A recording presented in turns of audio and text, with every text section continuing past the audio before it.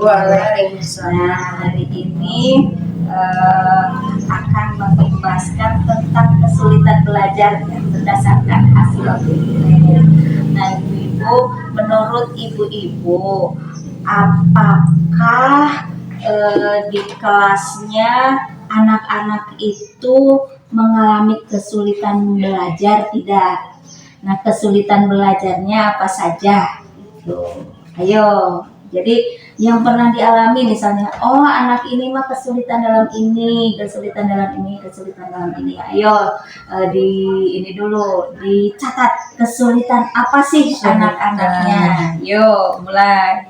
Nah, jadi kita akan mengidentifikasi terlebih dahulu, ibu-ibu guru akan mengidentifikasi kesulitan yang dialami oleh peserta didiknya. Nah, kira-kira jawabannya apa? Kita akan cek ya. Sudah? Benok 1, kesulitannya apa Bu? Misalnya anak-anak itu kesulitan belajar dalam apa? Anak-anak itu sulitnya itu susah diatur. Susah diatur. Jadi kalau susah diatur kan mereka Dalam belajar tidak, apa? Dalam belajar apa biasanya? dalam hal misalnya dalam segala hal aja mereka susah diatur, karena kalau susah diatur kan konsentrasi belajarnya juga mereka kan jadi tidak fokus. Contohnya dalam belajar apa? Kasih contoh. Misalnya ya untuk itu aja, misalnya untuk bikin kreativitas atau apa gitu, itu agak susah diatur. Susah diarahkan. Ya. Mimi, kesulitan belajar apa kira-kira anak-anak? Ketika melakukan kegiatan, Bun, kadang anak-anak itu susah untuk belajar sendiri, jadi selalu ingin dibantu. Mungkin karena terbiasa kita ngomong gitu. Nah, berarti itu mah terbiasa. Ibu, kemarin setelah belajar ada 3 kesulitan yang general. Misalnya di PAUD itu, diantaranya 1 kesulitan membaca, yang kedua kesulitan menulis, yang ketiga kesulitan berhitung. Ibu-ibu pernah nggak ngerasa bahwa anak-anak itu sulit tuh kalau ini diajarkan konsep baca, diajarkan konsep menulis, konsep berhitung, pernah nggak? Di kesulitan membaca ini diantaranya kemampuan membacanya yang buruk. Kalau di PAUD itu kemampuan yang buruk itu misal huruf vokal A, I, U, E, O misalnya. Bunda sudah mengidentifikasi belum? Ada beberapa anak yang belum bisa. Ada. Nah, jadi ternyata kesulitan membaca itu ada jenis-jenis kesulitannya. Kemudian ada strateginya, kemudian ada media yang bisa dimanfaatkan. Nah, nanti kita akan belajar bersama bagaimana jenis kesulitannya. Diantaranya dulu pernah ingat tidak? Ketika kemampuan membaca yang buruk, ingat tidak kasusnya Pebi? Pebi itu ketika A, I, U, E, O bisa, tetapi ketika merangkai dia tidak bisa. Jadi namanya itu disleksia. Jadi kesulitan membaca. Jadi itu kemampuan membacanya lebih rendah dari yang diharapkan.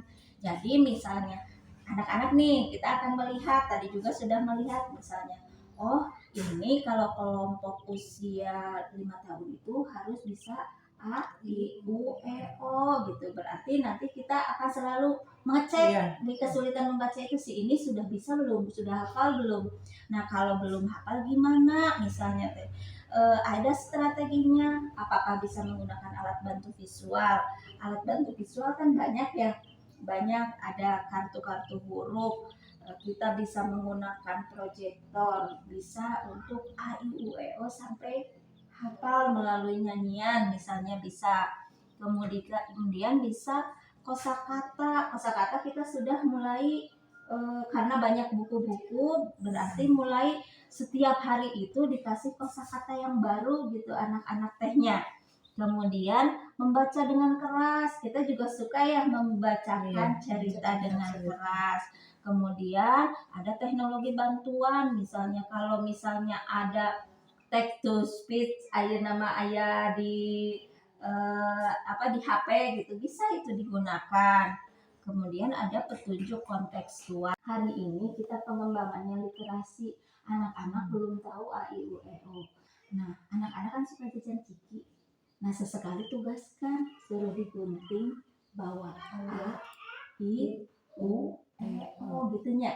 Nah gitu jadi cangkang mana teh atau misalnya tentu cangkang dilari dina naon we misalnya aya dina koran atau nanti di rumahna gitu. Jadi anak-anak teh ditugaskan jadi apa aja. bungkus jajanan biasanya bungkus jajanan juga boleh. Mau jadi bungkus jajanan. Nah, kesulitan menulis itu ada kesulitan menulis tangan. Ada nggak anak-anak kita yang sulit menulis tangan? masih susah. Ada itu kesulitan menulis tangan. Jadi itu identifikasinya menulis tangan. Tapi kalau Dika a i u e o itu kesulitan membaca, kalau nulis lancar. Kalau Dika kemudian kesulitan mengeja kah? Dika dengan kesulitan mengeja berarti jenis kesulitan yang dialami oleh Dika ternyata kesulitan menulis. Kemudian menulis deskripsi mah biasanya untuk anak yang lebih tinggi kan orang mah di menulis tangan dan mengeja. Jadi strateginya naon cenah? Jadi permodelan menulis huruf dan memegang pensil yang benar. Tentang memegang pensil yang benar apa di PAUD tidak pernah menulis.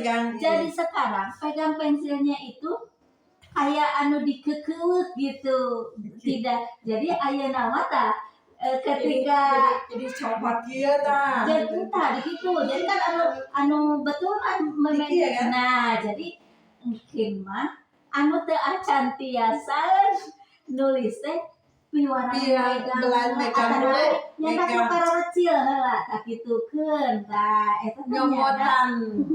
tah nyomotan anu alit-alit. Nah, Jadi luas. jadi strategi teh dilapalkeun memperhatikan ejaanna nya misalnya teh kadang-kadang anak mah naonnya ieu teh fungsina naon bak kana naon tapi kudu aya anu real gitu tah. Kemudian ada dengan dukungan visual boleh saja dukungan visual dukungan gambar-gambar gitu. Nah itu kesulitan baru tadi bahwa Dika itu ngitungnya lancar sampai 20 lancar, nulis sampai 20 lancar, tetapi ketika a i u e o melafalkan tidak bisa, menulis juga tidak bisa. Nah itu kesulitan nanti. Nah ini ngabentenkeun antawis berhitung teh istilah numerasi dengan matematika. Numerasi mah eta mah karena penyelesaian masalah kehidupan sehari-hari, namun matematika mah karena objek Coba sama Neng Iris ambil gitu. mainan katanya. Jadi siswa itu kesulitan teh naon mempelajari fakta konsep cenah prinsip cenah. Nah naon deui mediana biasa media audio visual bahkan multimedia. Strategi kesulitan berhitung itu CRA. CRA teh konkret, representational, abstrak. Jadi pembelajaran nanti 3 tahap. Jadi melalui memanipulasi ada benda-benda konkret berarti benda nyatanya, aya benda nyata. Kemudian melalui gambar, kemudian menyelesaikan masalah dengan notasi abstrak. Misalnya teh mau menghitung 2 tambah 2 misalnya teh kan eta konsep penjumlahan berarti biasa ngagunakeun misalnya teh balok. Nah kenana teh dijumlahkeun kan eta mah konkretnya 2 ditambah 2 jadi 4. Cek ternyata untuk namanya sendiri mengeja itu untuk Dika itu susah, tetapi ketika mulai ke menghitung ke angka-angka, aku tuh udah bisa sampai 20 dan itu disuruh menghitung pakai itu tuh benar pakai balok benar. Tetapi ketika ditanya ini apa, ini susah mengeja, berarti Dika itu teridentifikasi kesulitannya memang dalam mengeja. Nah, gitu. Nah, kalau tadi Adel ini kesulitan menulis karena ketika diberi contoh mana gambar ikan gitu, ada ikan, tapi Adel mah ternyata disuruh ini apa, domba, dikasih contoh D itu sampai kayak stres gitu, gitu tak, berarti ada kesulitan menulis dan membaca Adel mah. Bagaimana tanggapan Bu Mimi? Ternyata melalui pengembacaan ini saya baru tahu Bun, ternyata kesulitan pada anak itu terkumpul pada 3 titik, yaitu kesulitan baca, menulis, dan menghitung. Dan ternyata strateginya itu tidak melulu harus fokus. Kalau misal anak kesulitan menulis, tidak harus ini B kan, biasanya kita selalu fokus ke situ, tetapi ternyata kita bisa mengenalkan mereka melalui media-media Luspat, atau misal anak-anak habis jajan dari cangkang-cangkang itu disuruh mencari huruf vokal, misal A, I, U, E, O bisa digunting. Nah, jadi itu rasanya lebih menarik untuk anak-anak. Dan banyak lagi media-media yang bisa digunakan melalui Luspat, atau seperti ketika menghitung supaya anak lebih tahu penghitungan yang lebih konkret. Jadi anak disuruh menghitung melalui misal melalui balok. Jadi kita menyuruh anak, ayo kita belajar berhitung 2 tambah 2. Nah, bila menggunakan balok, jadi anak lebih mengetahui, oh ternyata benar dari balok 2 ditambah 2 hasilnya menjadi 4. Oke.